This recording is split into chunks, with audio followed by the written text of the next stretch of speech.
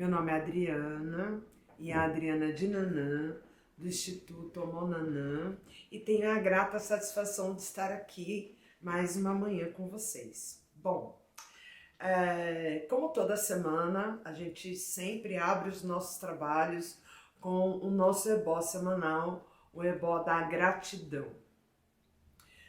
Por que eu faço esse ebó toda semana?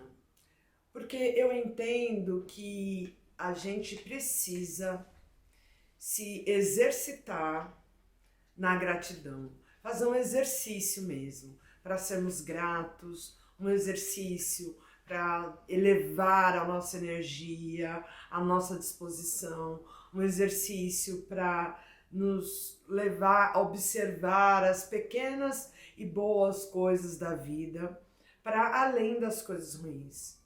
Ora, por que a gente passa tanta coisa ruim quanto a coisa boa, às vezes dura alguns minutos? E por que a gente fica navegando pelas coisas ruins, pelos maus momentos, por às vezes meses, até anos da nossa vida, ao passo que as coisas boas, às vezes a gente nem vê, que dirá ficar navegando dentro dessa emoção, dessa energia positiva. Eu acredito que é uma escolha. É uma escolha não necessariamente consciente, mas nós somos educados dessa forma. Nós somos direcionados na vida por exemplos e por tudo mais, desde sermos vingativos, de valorizar mais os erros do que os acertos. Nós somos educados numa cultura punitivista, né? Assim, de punição, onde ninguém comemora os nossos bons feitos, mas imediatamente somos punidos pelos nossos malfeitos. Isso não é uma coisa saudável. E a gente faz isso com os outros e faz isso com a nossa própria vida também. Então, esse ebó comportamental, do ebó da gratidão, é de fazer um exercício, nem que seja uma vez por semana, de pensar nas boas coisas que nos aconteceram na última semana. Amigos que reencontramos, pessoas novas que conhecemos, um livro que nos surpreendeu positivamente, uma comida gostosa e inesperada. Tudo isso pode ser utilizado como no nosso ebó da gratidão. Refletir sobre isso, nos permitir lembrar da sensação, das boas sensações, dos bons momentos. Então, eu sou grata por estar aqui com vocês, por ter esse espaço de troca, de reflexão, de crescimento. Gosto muito quando vocês mandam pergunta, mandam questões que me obrigam a me aprofundar, inclusive, nas minhas reflexões. Sou muito grata por uma lasanha maravilhosa que fizeram para mim hoje, que a gente estava aqui trabalhando, gravando, e a Ju trouxe uma lasanha deliciosa que preparou especialmente pra gente. E parece bobagem, parece uma pouca coisa, mas não é. Porque o fato da pessoa ter parado um momento da vida dela para pensar com a gente, pra gente, né, o que a gente ia comer no dia de hoje e montar, preparar esse prato e trazer pra gente comer, eu sou muito grata, pois ela colocou a energia dela, o carinho dela e o tempo dela para preparar esse prato. E eu sou muito grata por isso e por todas as pessoas maravilhosas que Exu sempre coloca no meu caminho. Bom, dando continuidade na nossa série sobre orixá e caráter, hoje a gente vai falar de Nanã. Nanã, como vocês sabem, sou a Adriana de Nanã, sacerdotisa de Nanã. É um orixá que me movimenta, que define muita coisa na minha vida inclusive muito do que eu sou. A gente já falou em outros momentos, orixá, o culto ao orixá, o culto à nossa ancestralidade. E Nanã, aí eu vou falar muito de como eu vejo Nanã na minha vida, né? Nanã é aquele orixá que participou da constituição do planeta. Ela cede o barro para que Oxalá modele os nossos corpos. Isto para mim tem bastante significado. Eu sinto muitas dores cotidianamente. Tenho muitas dores, fui diagnosticada com artrite na adolescência. Hoje os reumatos dizem que não necessariamente é artrite. Bom, tenho aí seguido, tratado e tal, mas não me preocupado tanto com isso. Mas eu sempre fui uma pessoa, eu gosto muito, eu sou aquela, sei fazer de um tudo dentro de casa, mas eu gosto muito mais da reforma do que encerar o chão, por exemplo. Eu prefiro trocar o reboque do que arrumar o guarda-roupa. Essa é da minha natureza. E com a idade, eu fui sentindo cada vez mais dores no corpo, fui sentindo cada vez mais limitação. Continuo fazendo de quase tudo um pouco, porque tenho para mim de não ceder, né, completamente para isso. Mas no sacerdócio, quando eu chego no sacerdócio mais velha, eu entendo que eu brinco, que eu falo a impressão que eu tenho que quebrar todos os meus ossinhos antes do sacerdócio. Que não é bem isso, né? A dor não necessariamente é óssea, é muito mais muscular. Mas candomblé não se faz nada sozinho. No culto não se faz nada sozinho. E com algumas limitações, alguns dias mais, outros menos, eu me vi obrigada a ter a paciência de esperar o outro fazer. E nisso eu aprendi que nem tudo que o outro faz, ele não vai fazer igual a mim. Mas ele pode fazer até melhor do que eu. Vai fazer no meu tempo? Não, vai fazer no tempo dele. Mas tudo isso é um aprendizado.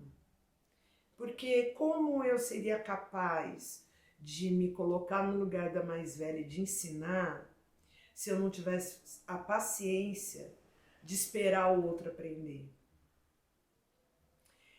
E quando eu reflito sobre Nanã, sobre essa presença física, não estou dizendo, né, que a minha questão de saúde necessariamente tem relação com Nanã, mas pensar nesse orixá que cede o barro para Oxalá modelar os nossos corpos e eu tenho dores no corpo todinho, é algo para pensar. Eu poderia lamentar e reclamar, na verdade não me impede de muita coisa, porque acho que tem muito mais relação com o meu estado de espírito, né, como eu levo tudo isso. Mas o principal que eu observei, principalmente no meu sacerdócio, é que eu fui obrigada a esperar o tempo do outro. Eu fui obrigada a aprender a me programar e organizar o meu candomblé de acordo com o tempo dos outros, não necessariamente apenas com o meu tempo. E entender que mais importante muitas vezes é o resultado final. Nem tudo, não necessariamente o processo, né? O que eu quero dizer com isso? De oportunizar, até de eu mesma aprender uma outra forma de fazer. Falo, olha, eu preciso do acarajé. E eu vou falar, olha, vai isso, isso e isso, eu passo a receita, eu vou ensinar. Só que a pessoa na prática, no tempo dela, ela às vezes acaba criando outra forma de fazer. Ou ela resgata uma outra forma de fazer. e a gente pode aprender algo novo. E esperar esse tempo é o tempo de entender que nem todo mundo vai ser como eu e não tem que ser como eu.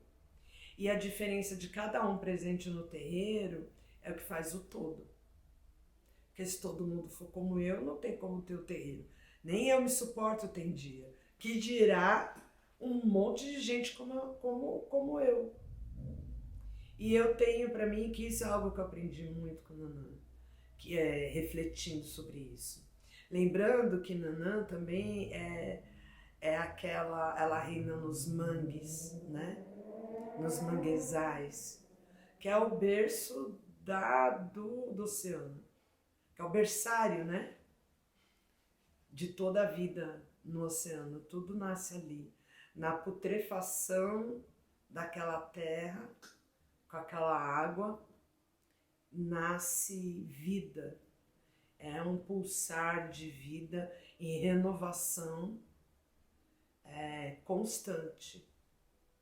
Isso me faz pensar. Quantas vezes somos obrigados a recomeçar? Quantas vezes eu recomecei na vida? Porque tem ciclos que precisam morrer para novos ciclos nascerem. E às vezes a gente fica tão preso num ciclo que às vezes a gente se permite morrer junto com o ciclo, ao invés de se renovar para um novo ciclo. E observar isto me faz observar o mangue e refletir sobre o que o mangue, né, o que o reino de Nanã me ensina é da necessidade da renovação dos ciclos. Por menos que a gente queira, por mais que possa ser doloroso e mal cheiroso às vezes, mas é necessário para trazer uma nova vida. E por último, Nanã também é considerada a deusa da sabedoria, né? Então, e eu acho que principalmente nos últimos 5 anos, né, no Brasil, a gente pôde observar que conhecimento não necessariamente é sabedoria. Temos médicos, doutores pós-doc contra a vacina, ou receitando medicação que sabe que não tem eficácia para curar, né, a doença.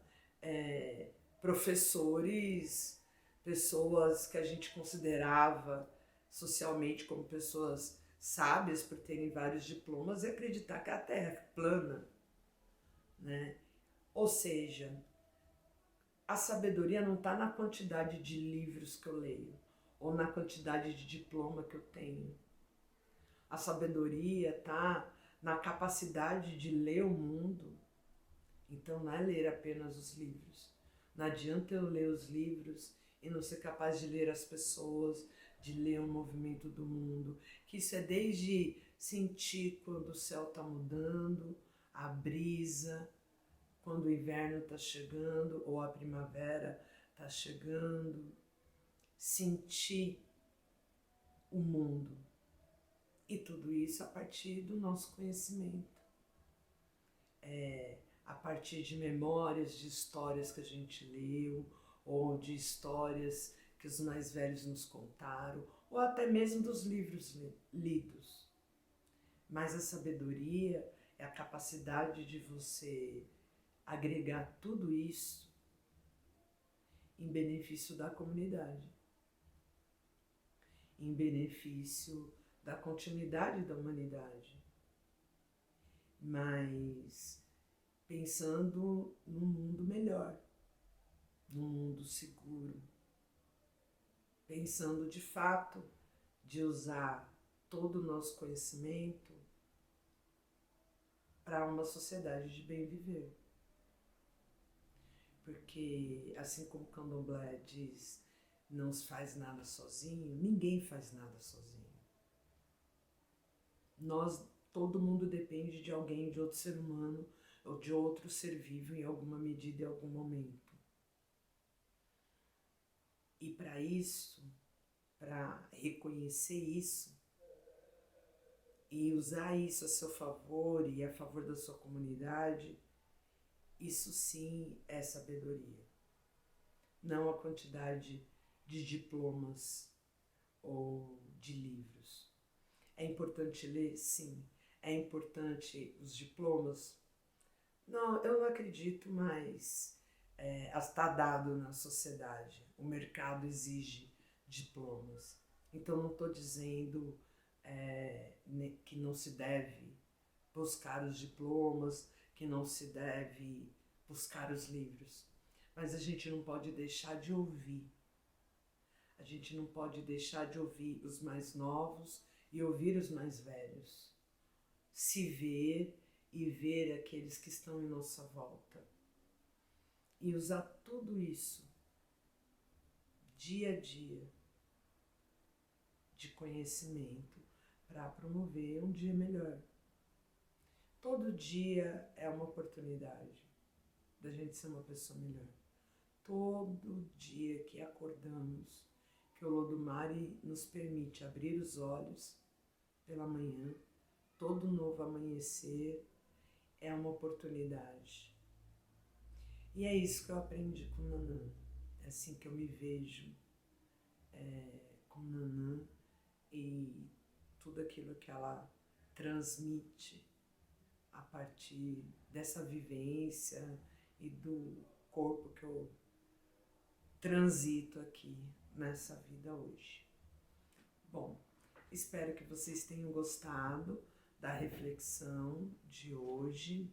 Se tiver dúvida, questionamentos, reclamações inclusive, mande pra gente contato@ileachelmonanã.org ou no nosso Instagram, @instituto.omonanã.